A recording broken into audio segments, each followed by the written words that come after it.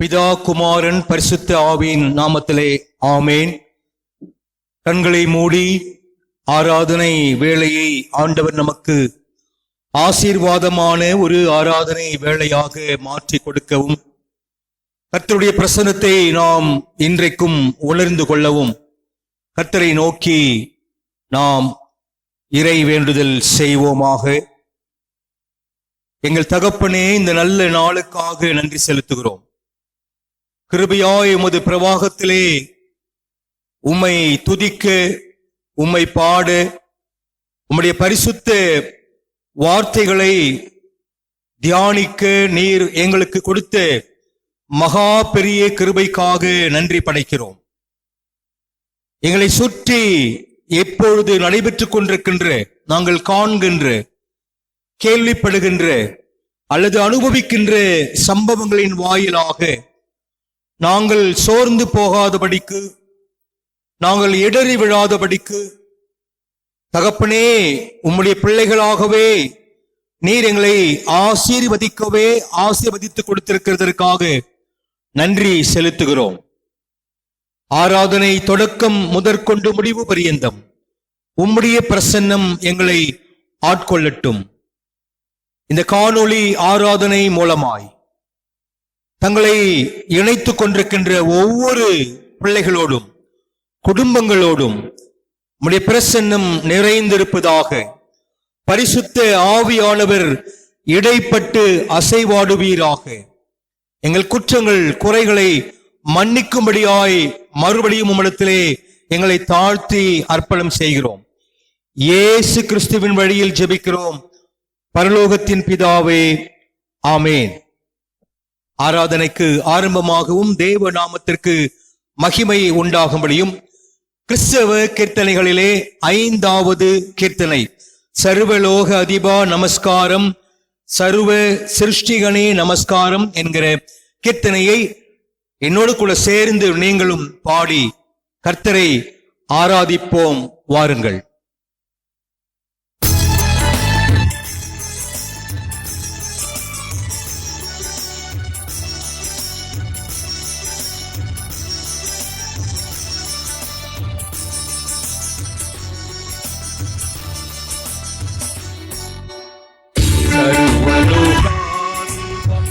நமஸ்காரம், சர்வ சிருஷ்டிகனே நமஸ்காரம், சர்வலோகாதிபா நமஸ்காரம், சர்வ சிருஷ்டிகனே நமஸ்காரம்.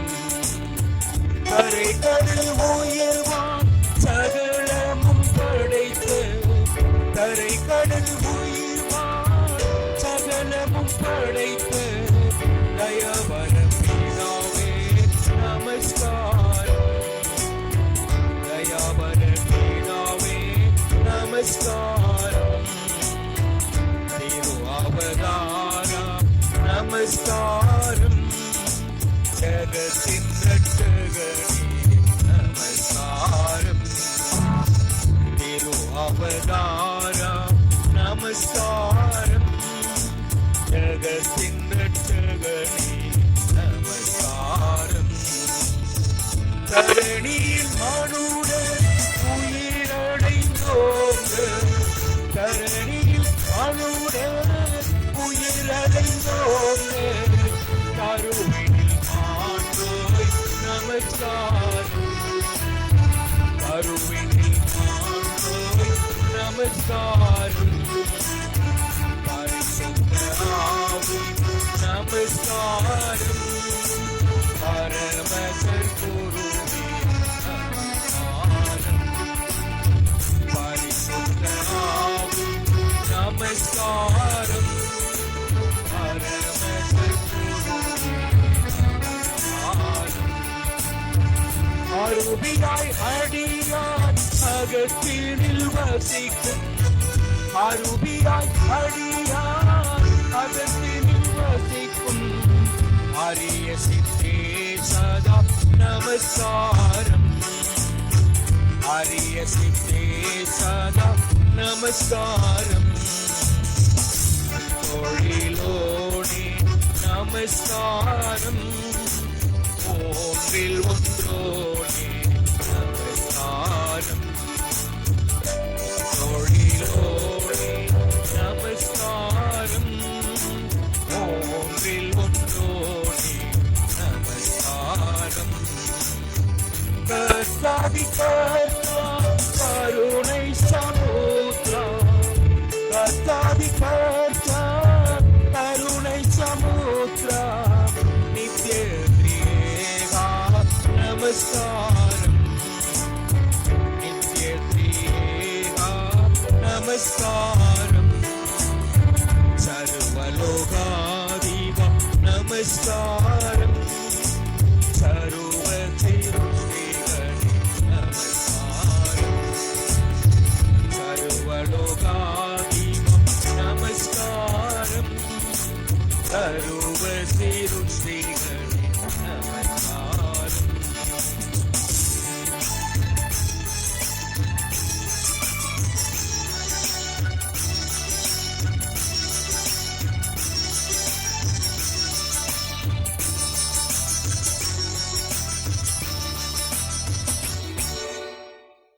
கடவுள் ஆவியாய் இருக்கிறார். அவரை தொழுது கொள்ளுகிறவர்கள் ஆவியோடும் உண்மையோடும் தொழுது கொள்ள வேண்டும். நம்முடைய பிதாவாகிய கடவுளாலும் கர்த்தராகிய இயேசு கிறிஸ்துவினாலும் நமக்கு கிருபையும் சமாதானமும் உண்டாவதாக. இது கர்த்தர் உண்டு பண்ணின நாள், இதிலே களி கூர்ந்து மகிழ கடவோம். எனக்கு அருமையானவர்களே, சுருக்க ஆராதனை முறைமை என்பதாலே நாம் நம்முடைய பாவங்களுக்காக, நம்முடைய கடவுளுடைய பிரமாணங்களுக்கு விரோதமான காரியங்களுக்காக, நம்முடைய அக்கிரமங்களுக்காக மனஸ்தாபப்பட்டவர்களாய், பரிதபித்தவர்களாய், கடவுளிடத்திலே நம்முடைய பாவங்களை மறைக்காமல் அறிக்கை செய்து விட்டுவிட மனதுள்ளவர்களாய், கடவுளுடைய கிருபையை தேடி இப்பொழுதும் கூட நமக்கு அவராலே அருளப்பட போகின்ற ரட்சிப்பை மன்னிப்பின் மூலமாக பெற்றுக்கொள்வோம். பாவ அறிக்கைக்கு ஆதாரமாக பொதுவான பாவ அறிக்கை ஜெபத்தை ஒன்று சேர்ந்து அறிக்கை செய்வோம். என்னோடு கூட சேர்ந்து முழங்காற்படித்தவர்களாய் பாவ அறிக்கையை, பொதுவான பாவ அறிக்கையை ஒன்று சேர்ந்து அறிக்கை செய்யும்படி அன்பாய் அழைக்கிறேன். சர்வ வல்லமையும் மிகுந்த இரக்கமும் உள்ள பிதாவே, தப்பிப்போன ஆடுகளைப் போல் நாங்கள் உம்முடைய வழிகளை விட்டு விலகி அலைந்து போனோம். எங்கள் இருதயத்தின் யோசனைகளுக்கும் விருப்பங்களுக்கும் மிகவும் இணங்கி நடந்தோம். உமது பரிசுத்த கற்பனைகளுக்கு விரோதமாய் குற்றம் செய்தோம். செய்யத்தக்கவைகளை செய்யாமல் செய்யத்தகாதவைகளை செய்து வந்தோம். எங்களுக்கு சுகமே இல்லை. ஆனாலும் ஆண்டவரே, தேவரீர் எங்கள் ஆண்டவராகிய இயேசு கிறிஸ்துவின் மூலமாய் மனிதருக்கு அருளி செய்த வாக்கு தத்தங்களின்படியே நிர்பாக்கியமுள்ள குற்றவாளிகள் ஆகிய அடியாருக்கு இரங்கும். தப்புதங்களை அறிக்கையிடுகிற எங்கள் மேல் பொறுமையாயிரும். பாவத்தின் நிமித்தம் துக்கப்படுகிற எங்களை சீர்படுத்தும். மிகவும் இரக்கமுள்ள பிதாவே, உம்முடைய பரிசுத்த நாமத்திற்கு மகிமை உண்டாகும்படி நாங்கள் இனி தேவ பக்தியும் நீதியும் தெளிந்த புத்தியும் உள்ளவர்களாய் நடந்து வர இயேசு கிறிஸ்து நிமித்தம் எங்களுக்கு கிருபை செய்தருளும். ஆமேன். சர்வ வல்லமையும் மிகுந்த இரக்கமும் உள்ள ஆண்டவர் மன்னிப்பையும் பாவ நிவிர்த்தியும் நமக்கு கட்டளையிட்டருளி வாழ்க்கையை சீர்படுத்துவதற்கான காலத்தையும் நம்முடைய பரிசுத்த ஆவியின் கிருபையையும் தேற்றுதலையும் சமாதானத்தையும் நிறைவாய் தந்தருள்வாராக. ஆமேன். வேத பகுதிகளின் ஒரு பாடத்தை மாத்திரம் வாசிக்க கவனமாய் கேட்கலாம். வேத பாடம் வாசிக்க கேட்போம். வாசிக்க தெரிந்து கொண்ட வேத பகுதி பரிசுத்தர் லூக்கா 8ஆம் அதிகாரம் வசனங்கள் 22 முதல் 25 முடிய. பின்பு ஒரு நாள் அவர் தமது சீஷரோடு கூட படவில் ஏறி கடலின் அக்கறைக்கு போவோம் வாருங்கள் என்றார். அப்படியே புறப்பட்டு போனார்கள். படகு ஓடுகையில் அவர் நித்திரையாயிருந்தார். அப்பொழுது கடலிலே சுழல் காற்று உண்டானதால் அவர்கள் மோசமடைந்த தக்கதாய் படகு ஜலத்தினால் நிறைந்தது. அவர்கள் அவரிடத்தில் வந்து, ஐயரே, ஐயரே, மடிந்து போகிறோம் என்று அவரை எழுப்பினார்கள். அவர் எழுந்து காற்றையும் ஜலத்தின் கொந்தளிப்பையும் அதட்டினார். உடனே அவர்கள் நின்று போய் அமைதல் உண்டாயிற்று. அவர் அவர்களை நோக்கி, உங்கள் விசுவாசம் எங்கே என்றார். அவர்கள் பயந்து ஆச்சரியப்பட்டு, இவர் யாரோ, காற்றுக்கும் ஜலத்துக்கும் கட்டளையிடுகிறார், அவைகளுக்கும் இவருக்கு கீழ்ப்படுகிறதே என்று ஒருவரோடு சொல்லிக் கொண்டார்கள். வாசிக்க வேண்டிய வேத பாடம் வாசித்து முடித்தாயிற்று. தேவனே, உமக்கு மகிமை உண்டாவதாக. ஆமேன். ஆண்டவரும் மீட்பரும் இரட்சகருமாகிய இயேசு கிறிஸ்துவின் திருநாமத்திலே உங்களை 2 வாரங்கள் கழித்து இந்த நாளிலே கர்த்தருடைய தூய கடாட்சத்தின்படி இந்த காணொளி மூலமாக சந்திப்பதிலேயும் இந்த சுருக்க ஆராதனை மூலமாக உங்களை வழி நடத்தவும் கர்த்தருடைய வசனங்களை இன்றைக்கு பகிர்ந்து கொள்ளவும் படைக்கச் செய்த பெரிய பாக்கியத்திற்காக ஆண்டவருக்கு நான் முதலாவது நன்றி செலுத்துகிறேன். ஷேன்பாக்கம் திருச்சபை சார்ந்த ஒவ்வொரு குடும்பங்களுக்கும் இந்த காணொளி வாயிலாக யூடியூப் மூலமாக இந்த ஆராதனையை கண்காணிக்கின்ற, கவனிக்கின்ற, கலந்து கொள்கின்ற ஒவ்வொருவருக்கும் கூட ஆண்டவருடைய பரிசுத்த நாமத்திலே வாழ்த்துகளையும் வந்தனங்களையும் சமாதானத்தையும் நான் நிறைவாக பகிர்ந்து கொள்கிறேன். மறுபடியுமாய் ஒரு விசை இந்த காணொளி ஆராதனையை நடத்துவதற்கு ஏற்பாடு செய்கின்ற இந்த திருச்சபையின் சபைமணியம் அன்பு சகோதரர் ராஜகுமார் அவர்களுக்கும் அருமை சகோதரர்கள் ஆல்வின் அண்ட் ஜெஸ்மின் அவர்களுக்கும் ஆண்டவருடைய திருப்பெயரில் நான் மீண்டுமாக நன்றியையும் வாழ்த்துக்களையும் தெரிவிப்பதிலே மகிழ்ச்சி அடைகின்றேன்.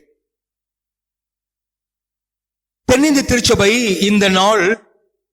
இந்த நாளிலே நமக்கு சிந்திப்பதற்கு கொடுத்திருக்கின்ற தலைப்பு, படைப்புகள் கடவுளின் மகிமையை வெளிப்படுத்துகின்றன. Creation proclaims the glory of God. படைப்புகள் அனைத்தும் கடவுளுடைய மகிமையை தங்களுடைய நிலைமைகளில் இருந்து வெளிப்படுத்துகின்றன, கடவுளை துதிக்கின்றன, அவருடைய ஈவுகளை, நன்மைகளை, தயையை, கிருபையை வெளிப்படுத்தி தங்களுடைய வாழ்வை அடையாளமாக காட்டுகின்றன என்பதை மையமாக கொண்டு சிந்திக்க நாம் அழைக்கப்பட்டு இருக்கிறோம். ஒரு பின்னணியத்தை உங்களுக்கு நான் முன்வைத்து செய்திக்குள்ளாக கலந்து போக ஆசைப்படுகிறேன். கலிலேயா கடல் என்பது 680 அடி கடல் மட்டத்திற்கு தாழ்வாக உள்ள ஒரு கடல் பகுதி. வழக்கமான கடல் மட்டத்திற்கு 680 அடிகள் தாழ்வாக அமைந்திருக்கின்ற ஒரு கடல் பகுதி, ஒரு பிரத்யேகமான அமைப்பை கொண்டது. இந்த சம்பவம் நடைபெறுகின்ற அன்றைக்கு அந்த கடல் பகுதியிலே ஒரு பெரிய சீற்றம் வரப்போகின்றது, ஒரு பெரிய புயல் வடிவம் கொள்ளப் போகிறது, ஒரு பெரிய சேதம் அங்கே விளைவிக்கப் போகின்றது என்பதை உள்வாங்கிக் கொள்கின்ற பிரதிபலிப்பாக அந்த காற்றும் அலையும் சற்று வித்தியாசமாக வீசப்பட்டதை நாம் இங்கே வேத குறிப்புகளிலே வாசிக்க கேட்ட லூக்கா நற்செய்தி நூல் 8வது அதிகாரத்திலே கேட்டோம். அந்த சூழலிலே நமது ஆண்டவராகிய இயேசு கிறிஸ்து படகின் ஒரு மூலையில் மிக சாந்தமாக, அமைதியாக அயர்ந்து தூங்கிக் கொண்டிருக்கிறார். இது நிகழ்வு. 3வது ஒரு காட்சி, கேரக்டர் என்று சொல்லலாம். அவரோடு பயணம் செய்து சீஷர்கள், அவர்களுடைய நிலைமையை நாம் இங்கே வாசிக்க தெளிவாக கேட்டோம். நல்லது, இதை நாம் பிறகு சிந்திப்பதற்கு முத்தாய்ப்பாக விளையும் என்று நான் நம்புகிறேன். அதற்கு முன்பதாக 3 வேத குறிப்புகளை உங்களுக்கு சொல்லுகிறேன். நீங்கள் குறித்துக் கொள்ளுங்கள், பிறகு நீங்கள் படியுங்கள். நீதிமொழிகள் 8வது அதிகாரம் 22 முதல் 31 வசனங்களும் 19வது சங்கீதமும் வெளிப்படுத்தின விசேஷம் 21வது அதிகாரம் வசனங்கள் 1 முதல் 8 முடியவும், இப்பொழுது வாசிக்க கேட்ட லூக்கா நற்செய்தி நூல் 8வது அதிகாரம் 22 முதல் 25 முடிய. இதனுடைய சாராம்சம் 3 மிக முக்கிய குறிப்புகள். முதலாவது, கடவுள் எல்லாம் அறிந்தவர். வாசிக்க கேட்ட பழைய ஏற்பாட்டின் புத்தகத்திலே இதை நாம் விளக்கமாக கொள்ளலாம். கடவுள் எல்லாம் அறிந்தவர். God is omniscient. இரண்டாவது, கடவுள் என்றென்றைக்கும் ஜீவித்து அரசாளுகிறவர். God Almighty is omnipresent. மூன்றாவது, கடவுள் நம்முடைய பிதா, நம்முடைய தேவன் சர்வ வல்லவர். God Almighty is omnipotent. இந்த 3 மிக முக்கியமான தலைப்புகளிலே இன்றைக்கு சூழலிலே நாம் எப்படி சிந்திக்கலாம் என்பதை யோசித்து பார்க்க நான் உங்களை அழைக்கிறேன். இதிலே துணை தலைப்பாக the relationship between the creator and the creation, அதாவது படைப்பாளருக்கும் படைப்புகளுக்கும் உள்ள உறவு என்பது the basis of new eco spirituality. புதிய என்வைரன்மெண்ட், புதிய சுற்றுச்சூழலின் புனிதத்தை மையப்படுத்தி மேம்படுத்தப்பட்ட உறவு. ஒவ்வொரு ஆண்டும் ஜூன் மாதம் 5ஆம் தேதி அகில உலக சுற்றுச்சூழல் தினமாக நாம் அனுசரிப்பது வழக்கம். அதே சமயம் ஜூன் மாதம் முதல் வாரத்திலே மாணவர்கள் பள்ளிகளுக்கு செல்வதாலே, பள்ளிக்கூடங்கள் திறப்பதாலே அதை மாணவர்கள் ஞாயிறு என்று முதலாவது வாரத்தையும், ஜூன் மாதத்திலே 2வது வாரத்தை சுற்றுச்சூழல் ஞாயிறாகவும் நாம் வழக்கமாக ஆண்டுதோறும் கடைபிடித்து வருகிறோம். அதை நாம் அனுசரித்து வருகிறோம். ஆக முதலாவது நாம் பார்த்தது கடவுளுக்கும், அதாவது படைப்பாளருக்கும் படைப்பிற்கும் உள்ள உறவு என்பது இந்த சுற்றுச்சூழலின் புனிதத்தை மையப்படுத்தி பார்ப்பது. அது எப்படி? the sacramental dimension of the universe.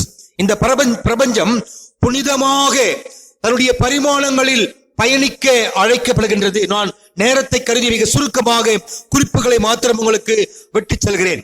முதலாவது சொன்னேன், இந்த பிரபஞ்சம் புனிதமான இந்த sacramental dimension. அப்படியாக இந்த பிரபஞ்சத்தை, நம்முடைய பூமியை, இயற்கை வளத்தை நாம் எடுத்து நம்முடைய உறவை, நம்முடைய உறவுகளோடு மேம்படுத்த வேண்டும். இரண்டாவது, the sacrificial dimension of the universe. அர்ப்பணிப்பான தன்மையோடு நம்முடைய உறவுகள் புதுப்பிக்கப்பட்டு இந்த பிரபஞ்சத்தோடு நாம் பயணிக்க அழைக்கப்படுகின்றோம். மூன்றாவது, the salvific dimension of the universe. பாதுகாப்பான ஒரு தொலைநோக்கோடு இந்த உறவு அமைய வேண்டும். முதலாவது ஒரு உறவு படைப்பாளருக்கும் படைப்பிற்கும் உள்ள உறவு. எத்தகைய உறவு? ஒரு புனித சுற்றுச்சூழல் உறவு. இரண்டாவது, the relation between the creator and the creation. அது the basis for renewed human responsibilities. புதுப்பிக்கப்பட்ட மனித நம்முடைய அர்ப்பணிப்புகள், நம்முடைய பணிகள், நம்முடைய ரெஸ்பான்சிபிலிட்டிஸ். இந்த உறவு நம்முடைய எத்தகைய பணிகளை நாம் மேற்கொள்வதற்கு நம்மை அழைக்கிறது, எத்தகைய நம்முடைய செயல்கள் கடவுளோடு இணைந்து இந்த பிரபஞ்சத்தோடு இணைந்து செயல்படுத்தப்பட வேண்டும் என்று நம்மை அழைக்கிறது என்பதை பார்க்கின்ற பொழுது அதிலே ஒரு 3 குறிப்புகள்.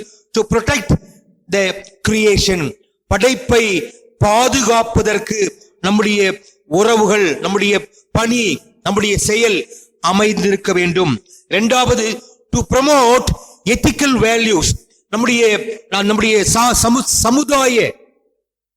சமூக நீதி, சமய நீதி, சாதி பாகுபாடற்ற நீதி, இவைகளை மனித நேயம், இறை ஆண்மை இவைகளை மையப்படுத்தி இந்த இயற்கையோடு நாம் பாதுகாத்து செல்கின்ற இணைந்து செல்கின்ற ஒரு உறவை நாம் தக்க வைத்துக் கொள்ள அதற்கு ஏற்ற செயலாக்கத்தை பணிகளை நாம் செய்ய அழைக்கப்படுகின்றோம்.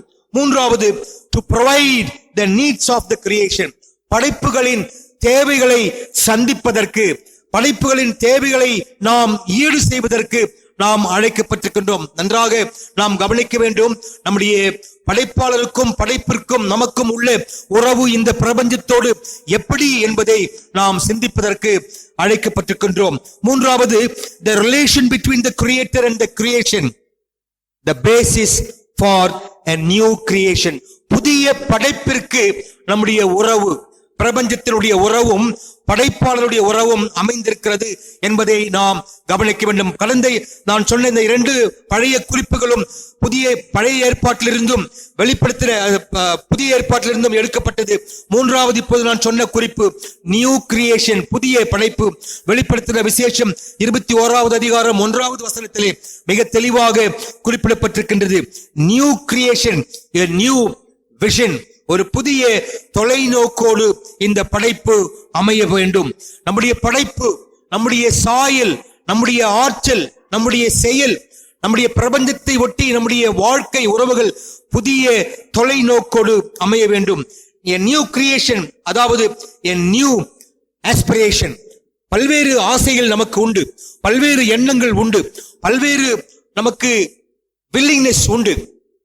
இந்த நாமும் நம்முடைய சமுதாயமும் நம்முடைய சுற்றுச்சூழலும் ஆண்டவருக்கு ஏற்ற அவருடைய சித்தத்திற்கு உட்பட்டு வாழ்கின்ற அமைப்பிலே வாழ்கின்றோமா என்பதை கூர்ந்து நோக்குகின்ற எண்ணத்தோடு ஆசையோடு நாம் பயணிக்க அது நமக்கு வெளிப்படுத்துகின்றது. மூன்றாவது, ஒரு நியூ எக்ஸ்பெக்டேஷன், ஒரு புதிய எதிர்பார்ப்பை. என்ன எதிர்பார்ப்பு?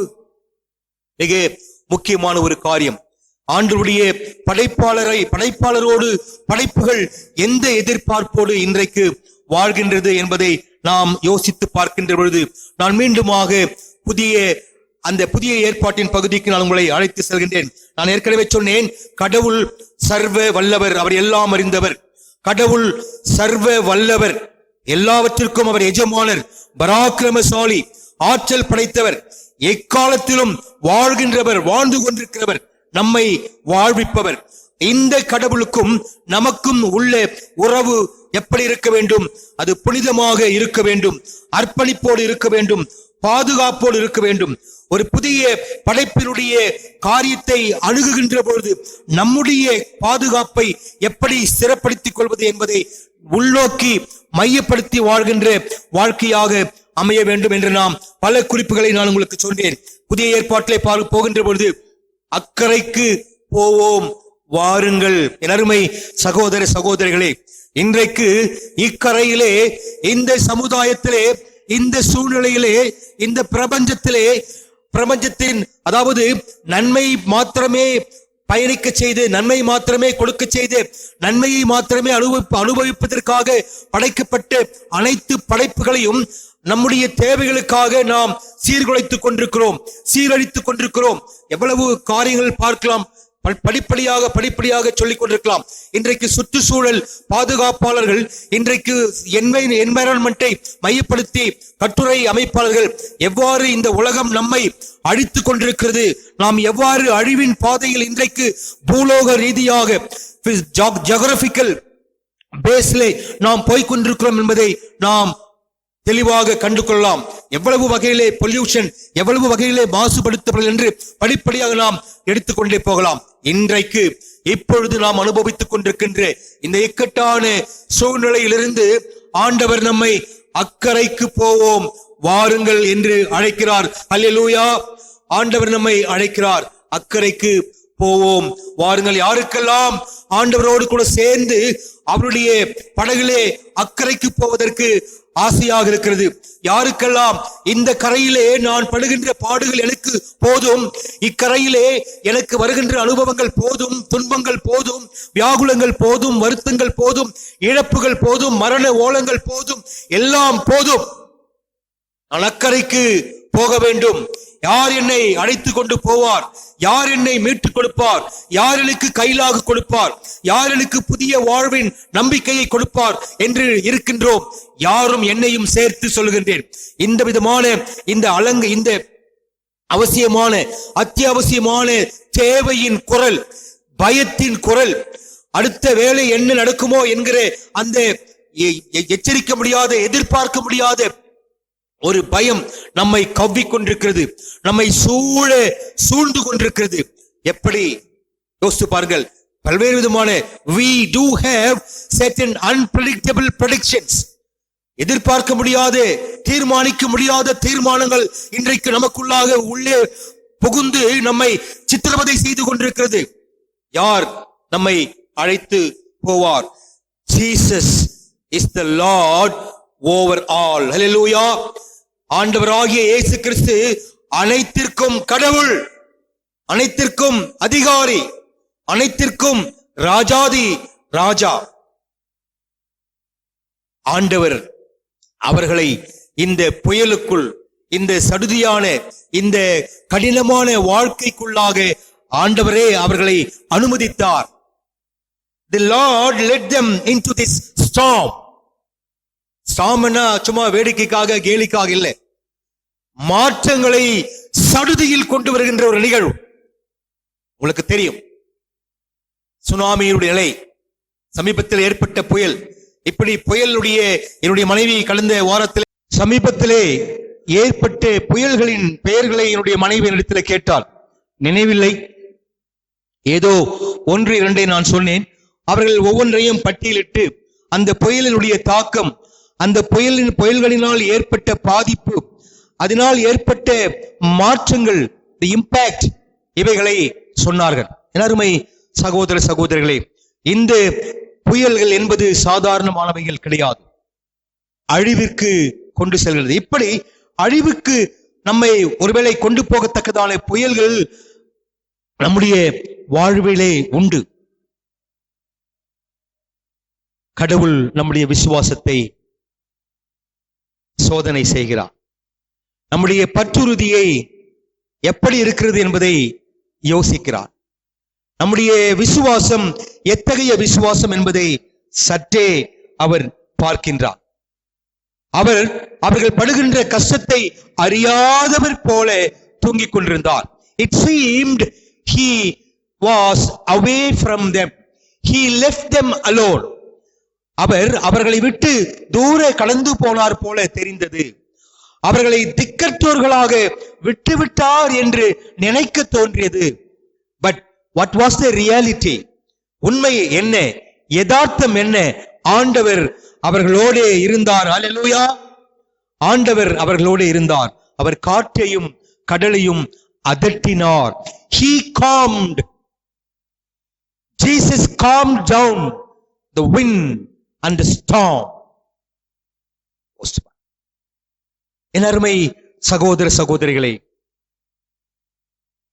நேபுகாத்நேச்சார் காலத்திலே தானியேல் அவரோடு கூட சிங்ககபியிலே தள்ளப்பட்ட சகோதரர்கள் தெரியும்.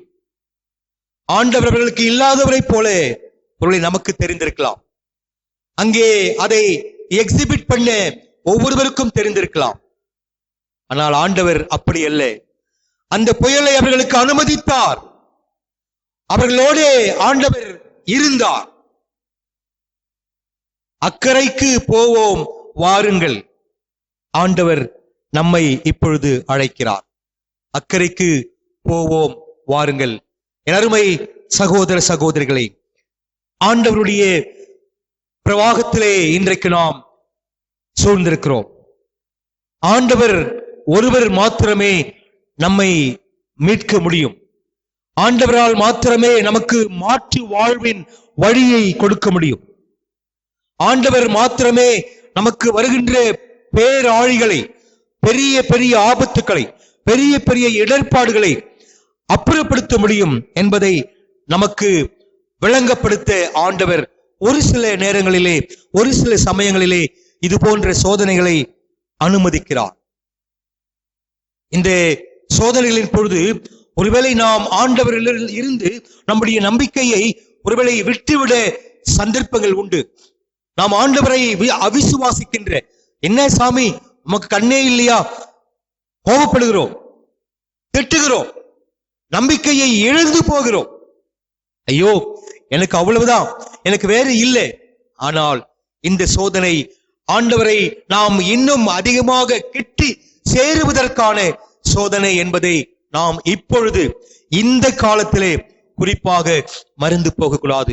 நாம் இன்னும் கிட்டி சேர வேண்டும். தேவனே, நான் உமது அண்டையில் இன்னும் நெருங்கி சேர்வதே என் ஆவல் பூமியில்.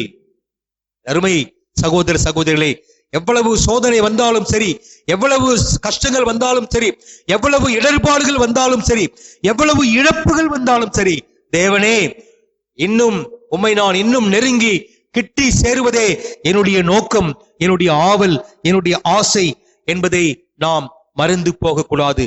பண்டு சண்டே ஸ்கூல்ல படிக்கின்ற பொழுது என்னுடைய அந்த சண்டே ஸ்கூல் டீச்சர் சொல்லிக் கொடுத்தது எனக்கு இன்றைக்கும் ஞாபகம் வருகிறது. புயல் சூழ்ந்த பொழுதும் படகிலே நாம் புயலை சிரிப்போடு காணலாம். எப்பொழுது? ஆண்டவர் நம்மோடு இருக்கின்ற பொழுது. புயலோடு நாம் படகிலே பயணித்துக் கொண்டிருந்து இருக்கும் பொழுது, ஆண்டவர் நம்மோடு இருக்கின்ற பொழுது நாம் புயலை பார்த்து என்ன செய்யலாமா? சிரிக்கலாம். அல்லேலூயா. அந்த நம்பிக்கையை சிறிய வயதிலே என்னுடைய சண்டே ஸ்கூல் டீச்சர் சொல்லிக் கொடுத்தது எனக்கு இன்றைக்கும் ஞாபகம் வருகிறது. அருமை சகோதர சகோதரிகளே, அக்கறைக்கு போவோம் வாருங்கள்.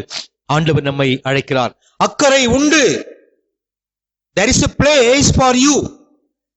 There are certain circumstances with which you may lose your faith. ஆனால் அது ரியாலிட்டி கிடையாது, அது உண்மை கிடையாது. உண்மை எது? சர்வ வல்லவர், சர்வத்துக்கும் அதிகாரி, சர்வ ஜீவ தயாபரர் நம்மோட கூட இருக்கிறார் என்பதை நாம் மறந்து போகக்கூடாது. ஆகவே எப்படி கிரியேஷன்ஸ், படைப்புகள் ஆண்டவருடைய மகிமையை, அவருடைய பராக்கிரமத்தை எப்பொழுதும் பாடிக்கொண்டு அவருக்கு நன்றி செலுத்திக் கொண்டிருக்கிறதோ, அவ்வாறே நாமும் ஆண்டவருடைய மகிமை, சர்வ வல்லவராகிய ஆண்டவரை, சர்வத்துக்கும் எஜமானராகிய ஆண்டவரை, சர்வமும் அறிந்த ஆண்டவரை, பராக்கிரமசாலியாகிய ஆண்டவரை நாம் என்றைக்கும் சேவிப்போம். இன்றைக்கும் ஆண்டவராகிய இயேசு கிறிஸ்து அவருடைய ஒரே குமாரனை நம்முடைய இரட்சகராக தரும்படி அவரை அனுப்பி இவ்வளவாய் உலகத்தில் அன்பு கூர்ந்தாரே. இதை நாம் மறக்க முடியுமா? இதை நாம் இந்த நம்பிக்கையிலிருந்து நம்மை நாம் வேறே அழைத்து செல்ல முடியுமா என்பதை நாம் மறக்காதபடிக்கு, ஆண்டவரிடத்திலே நம் நம்பிக்கையை சற்றும் அகலாதபடிக்கு அவரோடு கூட சேர்ந்து படகிலே பயணிக்கலாம். ஆண்டவர் நம்மோடு இருக்கிறார், நம்மை அக்கறைக்கு கொண்டு சேர்ப்பார். கிறிஸ்தவ கலை தொடர்பு நிலையம் என்று ஒரு சுவிசேஷ நிலையம் அப்பொழுது இருக்கு. இப்பொழுது அது செயல்படுகிறதா என்பது எனக்கு தெரியாது. சாம் டி தாசன் என்கிற ஒரு அன்பு சகோதரர் கவிதைகளை, பாடல்களை எழுதி அதை அவர்கள் செய்தியை பரப்புவார்கள். ஒரு பெரிய music troupe, Christian arts and communication, cakes என்று அதை சொல்லுவார்கள். அவர்கள் உலகத்தின் பல்வேறு பகுதிகளில் சென்று பாடல்களை பாடுவார்கள். அதிலே ஒரு பெர்னார்ட் என்கிற ஒரு அண்ணன் அக்கார்டியன் வாசிப்பார். அவருக்கு கண் தெரியாது. 2-3 பேர்களுக்கு கண்களே தெரியாது. ஒருவர், நிறைய பேர் அதிலே ஊனமுற்றவர்கள். அதிலே நிறைய பேர், நிறைய பாடல்களை எனக்கு இன்றும் ஞாபகம் உண்டு.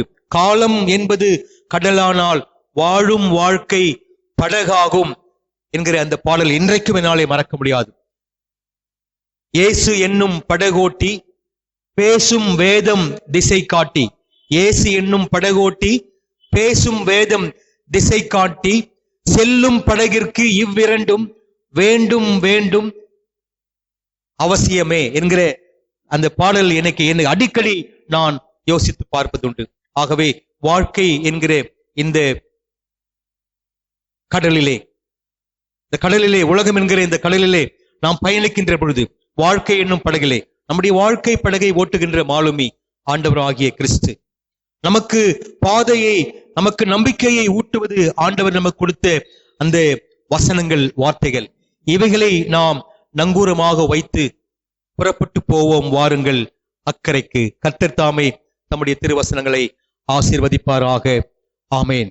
கர்த்தருடைய செய்தியை கேட்ட நாம் நம்முடைய விசுவாசத்தை, நம்முடைய பற்றுறுதியை ஒரு விசை நாம் உறுதி செய்து கொள்வோம். அதற்கு அடையாளமாக அப்போஸ்தலர்கள் விசுவாச பிரமாணத்தை ஒன்று சேர்ந்து நாம் அறிக்கை செய்யலாம். அனைவரும் எழுந்து நின்று கண்களை மூடி அப்போஸ்தலர்கள் விசுவாச பிரமாணத்தை ஒன்று சேர்ந்து அறிக்கை செய்வோம். வானத்தையும் பூமியையும் படைத்த சர்வ வல்லமையுள்ள பிதாவாகிய தேவனை விசுவாசிக்கிறேன். அவருடைய ஒரே குமாரனாகிய நம்முடைய நாதர் இயேசு கிறிஸ்துவையும் விசுவாசிக்கிறேன். அவர் பரிசுத்த ஆவியினாலே கன்னி மரியாளத்தில் உட்பவித்து பிறந்தார். பொந்து பிலாத்துவின் காலத்தில் பாடுபட்டு சிலுவையில் அறையுண்டு மரித்து அடக்கம் பண்ணப்பட்டு பாதாளத்திலே இறங்கினார். 3ஆம் நாள் மரித்தோரிடத்திலிருந்து எழுந்தருளினார். பரமண்டலத்துக்கு ஏறி சர்வ வல்லமையுள்ள பிதாவாகிய கடவுளின் வலது பார்சத்திலே வீற்றிருக்கிறார். அவரிடத்திலிருந்து உயிருள்ளோரையும் மரித்தோரையும் நியாயம் தீர்க்க வருவார். பரிசுத்த ஆவியை விசுவாசிக்கிறேன். பொதுவாக இருக்கிற பரிசு சபையும் பரிசுத்தவான்களுடைய ஐக்கியமும் பாவ மன்னிப்பும் மரித்தோர் உயிர்த்தெழுதலும் நித்திய ஜீவனும் உண்டென்று விசுவாசிக்கிறேன். ஆமேன். நாம் ஆராதனைக்கு முடிவாக கிறிஸ்தவ கீர்த்தனைகளிலே புத்தெழுச்சி பாடல் பகுதியிலே 420வது புத்தெழுச்சி பாடலை நாம் சேர்ந்து பாடுவோம். 420வது புத்தெழுச்சி பாடல், நன்றியால் நெஞ்சம் நிறைந்திடுதே என்கிற பாடலை நாம் பாடுவோம்.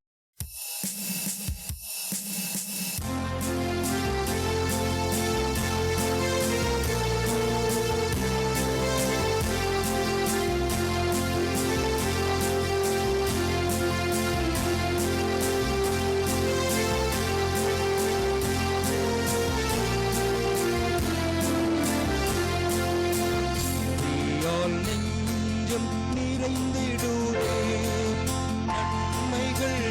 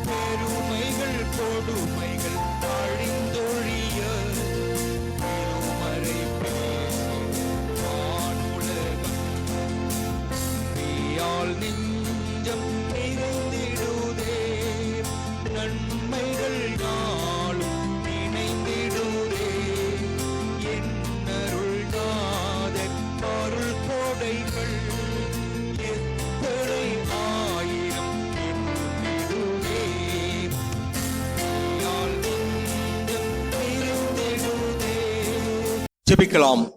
ஆண்டவராகிய இயேசு கிறிஸ்து தம்முடைய சீஷர்களுக்கு கற்றுக் கொடுத்த அந்த குடும்ப ஜெபத்தை அவரால் அருளப்பட்ட தைரியத்தோடு சேர்ந்து ஜெபிக்கலாம். பரலோகத்தில் இருக்கிற எங்கள் பரம பிதாவே, உம்முடைய நாமம் பரிசுத்தப்படுவதாக, உம்முடைய ராஜ்யம் வருவதாக, உம்முடைய சித்தம் பரலோகத்திலே செய்யப்படுகிறது போல பூமியிலேயும் செய்யப்படுவதாக. அன்றன்றைக்கு வேண்டிய ஆகாரத்தை இன்றும் எங்களுக்கு தாரும். எங்கள் கடனாளிகளுக்கு நாங்கள் மன்னிக்கிறது போல எங்கள் கடன்களை எங்களுக்கு மன்னியும். நாங்கள் சோதனைக்குள் பிரவேசிக்க பண்ணாமல் தீமை நின்று எங்களை ரட்சித்துக் கொள்ளும். ராஜ்யமும் வல்லமையும் மகிமையும் என்றென்றைக்கும் உம்முடையவைகளே. ஆமேன். ஸ்தோத்திர ஜபத்தை சேர்ந்து சொல்லலாம். என் ஆத்துமாவே கர்த்தரை ஸ்தோத்திரி, என் முழு உள்ளமே அவருடைய பரிசுத்த நாமத்தை ஸ்தோத்திரி. என் ஆத்துமாவே கர்த்தரை ஸ்தோத்திரி, அவர் செய்த சகல உபகாரங்களையும் மறவாதே. ஆமேன். நம்முடைய ஆண்டவராகிய இயேசு கிறிஸ்துவின் கிருபையும் பிதாவாகிய தேவனுடைய அன்பும் பரிசுத்த ஆவியின் ஐக்கியமும் ஆசீர்வாதமும் வழிநடத்துதலும் சமாதானமும் நம் அனைவரோடும் கர்த்தர் திரும்ப வருமளவட்டும் நீங்காதிருப்பதாக. ஆமேன். ஆமேன். ஆண்டவர் உங்களோடு இருப்பாராக. சமாதானத்தோடே புறப்பட்டு போவோம். கர்த்தருடைய நாமத்தினாலே. ஆமேன்.